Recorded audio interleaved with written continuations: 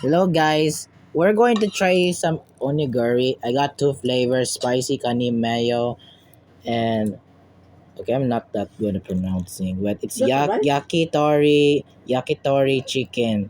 So they're from 7-Eleven. Barasag. So let's try Wow. it. And it says number one push, so you should pull this part here. It's gonna take me forever. Oh guys, that's unfortunately messed up. So let's just eat this. I think So may nasa lalo. let's try it. What flavor is this? Mura siya ka ng, ito bang uso sa Pinoy ba? May iputos. Ito ba ha? It's very yummy. Sa Pinoy ba mo tag-transition ko? It's way too delicious, man. Ginit pa na. 7-Eleven foods are so delicious. I would just try the other flavor after this. Oh my.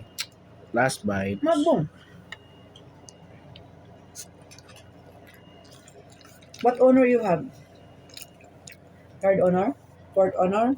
Anything, no? So, okay. I-upload na niya. Hmm? Upload na niya. Mmm.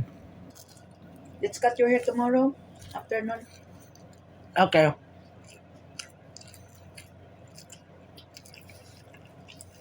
The thing is, I'm always hungry.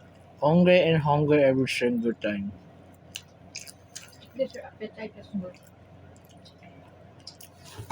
And guys, the one I have Give me my water. is Dana Oh, sorry. juice. I got like this flavors. I got Tang juice, Danadan, and this is iced tea. The blue one's the iced tea. Apparently, this is very brand new. Si Kay ko, no? Si Kay. Masarap ko daw siya sa